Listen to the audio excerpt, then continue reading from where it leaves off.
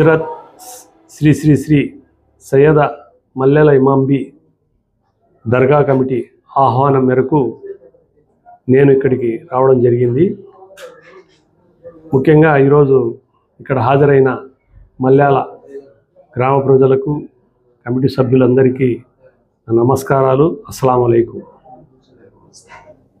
మరియు పాత్రికేయ మిత్రులకు, ఇక్కడ ప్రొటెక్షన్కి వచ్చిన పోలీస్ మిత్రులకు అందరికీ నమస్కారాలు తెలియజేస్తూ, ముందుగా గత సంవత్సరం కూటమి ప్రభుత్వం ఏర్పడ్డాక ఈ 2024 డిసెంబర్ 19న కొత్త ఆంధ్ర రాష్ట్ర వక్ఫ్ బోర్డు కమిటీని మన ముఖ్యమంత్రి వర్యులు గౌరవనీయులు నారా చంద్రబాబు నాయుడు గారు తన ఆదేశానుసారం మరియు మా రాష్ట్ర మైనార్టీ సంక్షేమ శాఖ మంత్రులు, న్యాయశాఖ మంత్రులు, మంత్రివర్యులు గౌరవనీయులు శ్రీ ఎన్ఎండి ఫారూక్ గారి ఆమోదంతో ఆంధ్రప్రదేశ్ రాష్ట్ర నూతన బోర్డు కమిటీ ఏర్పాటైనది. దీనికి నెల్లూరు పార్లమెంటరీ తెలుగుదేశం అధ్యక్షులు శ్రీ షేక్ అబ్దుల్ అజీజ్ గారు చైర్మన్గా నియమింపబడ్డారు. మరి 10 మంది సభ్యులు రాష్ట్రం నలుమూల నుండి నియమింపబడ్డారు. నా పేరు వ్యాపారి జాకీర్ అహ్మద్. నేను ఆంధ్ర రాష్ట్ర వక్ఫ్ బోర్డు సభ్యుణ్ణి. మన మంత్రివర్యులు ఎన్ఎండి ఫారూక్ ఆశీర్వాదాలతో మరియు మా పట్టణ శాసనసభ్యులు పెద్దలు గౌరవనీయులు శ్రీ నంద్యాల వరదరాజరెడ్డి గారి ఆశీర్వాదాలతో నేను రాష్ట్ర వక్ఫ్ బోర్డు సభ్యునిగా ఎన్నుకోబడినాను. మరి ముఖ్యంగా ఇక్కడికి ఈరోజు హజరత్ మల్లెల ఇమాంబి అమ్మగారి దర్గా షరీఫ్కు ఇక్కడ నూతనంగా ఏర్పాటైన దర్గా మేనేజింగ్ కమిటీ అధ్యక్షులు మరియు సభ్యుల ఆహ్వానం మేరకు నేను ఇక్కడ రావడం జరిగింది. మనందరికీ తెలుసు, ఈ దర్గా మతాలు మరియు కులాలకు అతీతంగా రాయలసీమ నలుమూలల నుండి,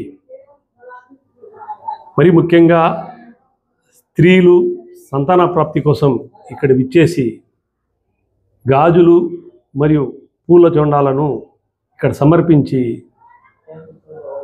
మల్లెల ఇమాంబి దగ్గర ప్రార్థనలు చేసి అత్యధిక సంఖ్యలో ఇక్కడ హాజరవుతూ ఉంటారు. మరి ఇంత ప్రాముఖ్యత కలిగిన ఈ సయ్యద ఇమాంబి అమ్మ దర్గాకు ఇప్పటి వరకు మేనేజింగ్ కమిటీ లేకపోవడం దురదృష్టకరం. మనకు తెలిసి ఏపీ గెజెట్ నెంబర్ 13 26/3/1964లో 9 మంది సభ్యులతో ఈ మల్లెల ఇమాంబి దర్గా, ఆసూర్ఖానా, మసీదు 3 కలిసి గెజెట్ నోటిఫై కాబడింది. దీనికి సంబంధించి 28 ఎకరాల 89 సెంట్లు భూమి వక్ఫ్లో గెజెట్ కాబడి ఉంది. ఈ 28 ఎకరాల 89 సెంట్ల భూమి వ్యవసాయ ఆధారిత భూమి. ఇక్కడ దర్గాకు సంబంధించిన 35 కుటుంబాలు ఈ వ్యవసాయ భూమిని 1964 నుంచి అంతకుముందు నుండి కూడా దీన్ని సంరక్షించుకుంటూ కాపాడుకుంటూ ఇన్ని రోజులు దీన్ని ఉంచడం వాళ్ళ అభినందనదాయము. వాళ్ళని నేను ఈ విషయంగా కృతజ్ఞతలు తెలియజేస్తున్నాను. ఒప్పుకోవడం. మరి ఇక్కడ ప్రజలు కొంతమంది నా దృష్టికి ఇక్కడ కమిటీ లేదని తీసుకురావడము, మరియు ఇక్కడ కులాల మతాలకు అతీతంగా మత సామరస్యం ఇక్కడ విరజల్లుతుంటుంది. మరి అందరూ ఏకవాక్యంగా, మరియు ఇక్కడ స్థానిక నాయకులు, తెలుగుదేశం పాలిట్ బ్యూరో సభ్యులు రవీంద్రారెడ్డి గారు, బీటెక్ రవి గారు, వారు కూడా తమ సిఫార్సు లేఖను నాకు పంపించున్నారు. మరి ఈ యొక్క అర్జీలను, సిఫార్సు లేఖను మా యొక్క వక్ఫ్ బోర్డు కమిటీ ముందు, చైర్మన్ ముందు ఎజెండాలో పొందుపరిచి మీటింగ్లో పొందుపరచడమైనది. మరియు మా యొక్క చైర్మన్ గారు మరియు కమిటీ సభ్యులు దీన్ని ఏకాభిప్రాయంగా ఆమోదించి కొత్త కమిటీని నియమించబడింది. ఇక్కడ కొత్తగా ఏర్పాటైన కమిటీ నియమించినాక ఈ యొక్క ఆస్తుల ద్వారా వాళ్ళు జీవనోపాధి పొందడమే కాకుండా రాబోయే రోజుల్లో దీని ఆదాయం ఎలా పెంచాలనే ఒక సూచనలు కూడా వక్ఫ్ బోర్డు వారు వీరికి ఇవ్వడం జరిగింది.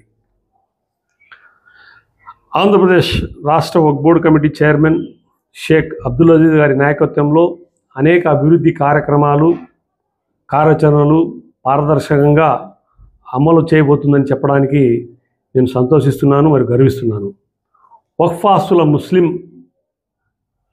అభ్యున్నతి, వెనుకబడిన ముస్లిం సామాజిక వర్గ మహిళలు మరియు యువత కోసం ఉపయోగించాలన్నది ప్రస్తుత ఆంధ్రప్రదేశ్ రాష్ట్ర వక్ఫ్ బోర్డు కమిటీ విధానమని మీ అందరికీ తెలియజేస్తున్నందుకు సంతోషిస్తున్నాను. ఆంధ్ర రాష్ట్రంలో 67,000 ఎకరాల వక్ఫ్ భూములు రికార్డు పరంగా ఉండగా అందులో 35,000 ఎకరాలు ఇప్పటికే అన్యాక్రాంతమయ్యాయి మరియు ఆక్రమణకు గురైనాయి. కాగా కేవలం 31,000 ఎకరాలు మాత్రమే మిగిలి ఉన్నాయి. మన కడప జిల్లా వరకు వస్తే 960 ఎకరాలు వక్ఫ్ భూములు ఉండగా దానిలో 620 ఎకరాలు అన్యాక్రాంతమయ్యాయి. 1340 ఎకరాలు మనకు ఇప్పుడు అన్యాక్రాంతం కాకుండా అందుబాటులో ఉన్నాయి. ప్రస్తుతం ఉన్న కమిటీ అబ్దుల్ అజీజ్ గారి నాయకత్వంలో మరియు మైనార్టీ శాఖ మంత్రివర్యులు గౌరవనీయులు ఎన్ఎండి ఫారూక్ గారి సహకారంతో అన్యాక్రాంతమైన భూములను తిరిగి సమీకరించి భూములు ఆక్రమించిన వారిపై చట్టపరమైన చర్యలు తీసుకుంటామని పత్రికాముఖంగా అనేక సార్లు మా చైర్మన్ తెలియజేసినారు. అలాగే వక్ఫ్ బోర్డు భూములను వ్యాపార సముదాయాలుగా అభివృద్ధి చేసి దాని ద్వారా వచ్చే ఆదాయాన్ని వెనుకబడిన ముస్లిం సామాజిక వర్గ అభ్యున్నతి మరియు యువత చదువులకు వారి ఉపాధి కోసం ఉపయోగించాలని ఒక ప్రణాళిక సిద్ధం చేసి మా రాష్ట్ర వక్ఫ్ బోర్డు చైర్మన్ అబ్దుల్ అజీజ్ గారు మరియు కమిటీ మన ప్రభుత్వం దృష్టికి తీసుకుని వెళ్ళారు. దానికి సంబంధించిన ప్రకటనలు త్వరలో వెలువడతాయి. చివరగా మరియు నేను కోరడం ఏమంటే, ఇలా రాష్ట్రంలో ఉండే అన్ని మసీద్ కమిటీలు, దర్గా కమిటీలు, ఆషూర్ ఖానాలు, అలాగే వక్ఫ్ బోర్డు చెందిన అంజుమన్ కమిటీలు అన్నీ కలిసి వెనుకబడిన ముస్లిం సామాజిక వర్గానికి దాని యొక్క అభివృద్ధికి అభ్యున్నతి కోసం తమ యొక్క సహాయ సహకారాలు అందించాలని కోరుకుంటూ, ముఖ్యంగా నాకు ఈ అవకాశం ఇచ్చిన ఈ కమిటీ సభ్యులందరికీ ధన్యవాదాలు తెలియజేసుకుంటూ సెలవు తీసుకుంటున్నాను. అస్సలాము అలైకుం వరహమతుల్లాహి.